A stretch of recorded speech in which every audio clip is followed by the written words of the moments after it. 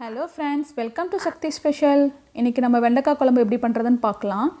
அதுக்கு தேவையான பொருட்கள்: சீரகம் 1/4 டீஸ்பூன், கடுகு உளுந்து 1/4 டீஸ்பூன், கரம் மசாலா 1/4 டீஸ்பூன், மஞ்சத்தூள் 1/4 டீஸ்பூன், 2 பூண்டு கட் பண்ணது, 2 டேபிள் ஸ்பூன் குழம்பு மிளகாய் தூள், கொஞ்சம் கருவேப்பிலை, பிஞ்ச் அளவுக்கு பெருங்காயத்தூள், ஒரு 15லேருந்து 20 வெண்டைக்காய். அரைக்கிறதுக்கு தேவையான பொருள் என்னென்னு பார்க்கலாம். வணக்கி அரைக்கிறதுக்கு பூண்டு 4 எடுத்திருக்கேன், சோம்பு ஒரு 1/4 டீஸ்பூன் எடுத்திருக்கேன், நெல்லிக்காய் அளவுக்கு புளி எடுத்திருக்கேன், ஒரு தக்காளி, ஒரு பெரிய வெங்காயம், 2 டேபிள் ஸ்பூன் தேங்காய், துருவின தேங்காய், உப்பு தேவையான அளவு. நான் நல்லெண்ணெய் யூஸ் பண்ண போகிறேன் இன்றைக்கி. ஸோ இந்த குழம்புக்கு நல்லெண்ணெய் ரொம்ப நல்லாயிருக்கும். ஸோ நீங்களும் நல்லெண்ணெய் யூஸ் பண்ணுங்கள்.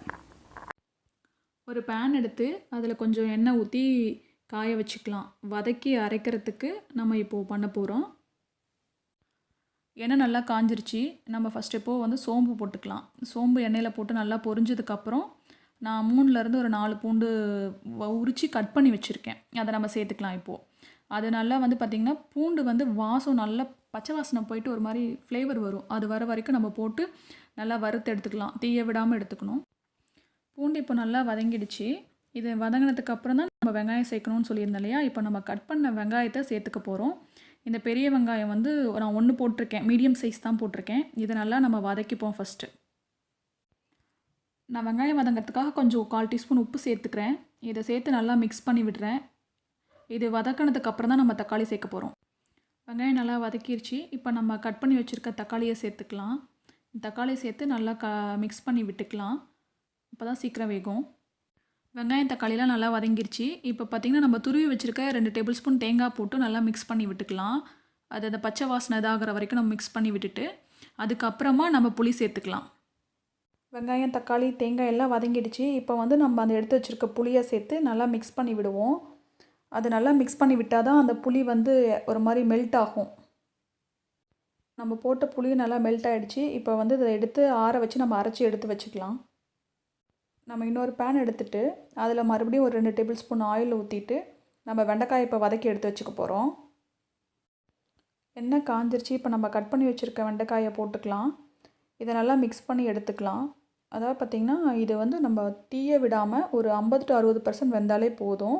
இது ரொம்ப உடம்புக்கு சத்தான ஒரு விஷயம். வெண்டைக்காய் ரொம்ப வேக வைக்கக்கூடாது. ஏன்னா நம்ம குழம்புல போட்டு மறுபடியும் கொதிக்க விட போகிறோம். அதனால் நீங்கள் ஒரு 60% வெந்ததையும் ஆஃப் பண்ணிக்கலாம். நான் கொஞ்சம் உப்பு போட்டுக்கிறேன். உப்பு போட்டால் தான் நல்லா கொஞ்சம் வேகும். ஸோ அதனால தான் நான் உப்பு சேர்த்துருக்கேன். வெண்டைக்காய் வதக்கின அதே பேன் எடுத்துக்கிட்டேன். நான் அதில் ஒரு டேபிள் ஸ்பூன் நல்லெண்ணெய் ஊற்றிக்கிட்டேன். தாளிக்கிறதுக்கு கடுகும் உளுந்தும் 1/4 டீஸ்பூன் போட்டு நல்லா பொரிஞ்சதுக்கு அப்புறமா நான் சீரகம் 1/4 டீஸ்பூன் போட்டுக்கிட்டேன். அது பொரிஞ்சதும் கட் பண்ணி வச்சுருக்க பூண்டு போட்டிருக்கேன். அதுக்கப்புறமா நான் கொஞ்சமாக பெருங்காயமும் கருவேப்பிலையும் போட்டு நல்லா மிக்ஸ் பண்ணி விட்டுறேன். தீயாமல் பார்த்துக்கணும். தீஞ்சிருச்சுன்னா ஒரு மாதிரி குழம்பு ஸ்மெல் வந்துடும். இப்போ நம்ம வதக்கி வச்சுருக்க வெண்டைக்காயை சேர்த்து நல்லா மிக்ஸ் பண்ணி விட்டுக்கலாம். இது நல்லா மிக்ஸ் பண்ணதுக்கப்புறம் நம்ம மசாலா எல்லாம் சேர்த்துக்கலாம். இப்போ நம்ம மசாலாலாம் போட்டுக்கலாம். 1/4 டீஸ்பூன் மஞ்சத்தூளும், 1/4 teaspoon garam masala, 2 table spoon குழம்பு மிளகாய் தூள் போட்டிருக்கேன். நீங்கள் உங்களுக்கு ஏற்ற மாதிரி காரம் போட்டுக்கோங்க. மிளகாத்தூள் வேணால் எக்ஸ்ட்ரா நீங்கள் ஆட் பண்ணிக்கலாம் உங்கள் காரத்துக்கு ஏற்ற மாதிரி. மசாலா நல்லா பச்சை வாசனை போனதுக்கப்புறம் நம்ம அரைச்சி வச்சுருக்க அந்த பேஸ்ட் போட்டுக்கலாம். தண்ணி நீங்கள் எந்த அளவுக்கு திக்காக வேணுங்கிறவங்க திக்காக வச்சுக்கலாம். இல்லை கொஞ்சம் தண்ணியாக வேணுங்கிறவங்க தண்ணியை ஆட் பண்ணிக்கலாம். நான் பார்த்திங்கன்னா கொஞ்சம் திக்காக தான் வச்சுருக்கேன். இப்போ நல்லா மிக்ஸ் பண்ணி விட்டுக்கோங்க. தண்ணி எந்த அளவுக்கு வேணும்னு ஊற்றிக்கோங்க. நான் மிக்ஸ் பண்ணி விட்டுட்டு உப்பு கம்மியாக இருக்குதுன்னு சொல்லி நான் கொஞ்சம் சேர்த்துக்கிட்டேன் உப்பு. நீங்களும் செக் பண்ணிவிட்டு உப்பு தேவையான அளவு போட்டுக்கோங்க. நல்லா கொதிக்க விடணும், பச்சை வாசனை போகிற வரைக்கும்.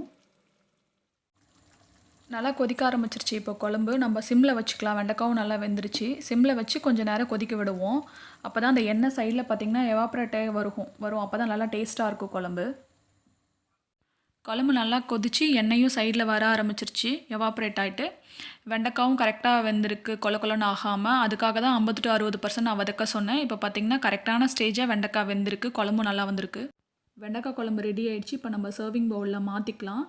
வெண்டைக்காயில் பார்த்திங்கன்னா ஃபைபர், வைட்டமின் சி இருக்குது. இது ஹெல்த்துக்கு ரொம்ப நல்ல விஷயம். சுகர் கண்ட்ரோல் ஆகும், ப்ரெஷர், கொலஸ்ட்ரால் கண்ட்ரோல் ஆகிறதுக்கு இது யூஸ்ஃபுல்லாக இருக்கும். அதனால் நீங்கள் இதை அடிக்கடி குழம்புல சேர்த்துக்கோங்க, ரொம்ப நல்லாயிருக்கும். இந்த வீடியோ பிடிச்சிருந்துச்சுன்னா லைக் பண்ணுங்கள், ஷேர் பண்ணுங்கள், என்னோடய சேனலுக்கு சப்ஸ்கிரைப் பண்ணுங்கள். தேங்க்யூ ஃபார் வாட்சிங். அடுத்த வீடியோவில் உங்களை நான் சந்திக்கிறேன். நன்றி, வணக்கம்.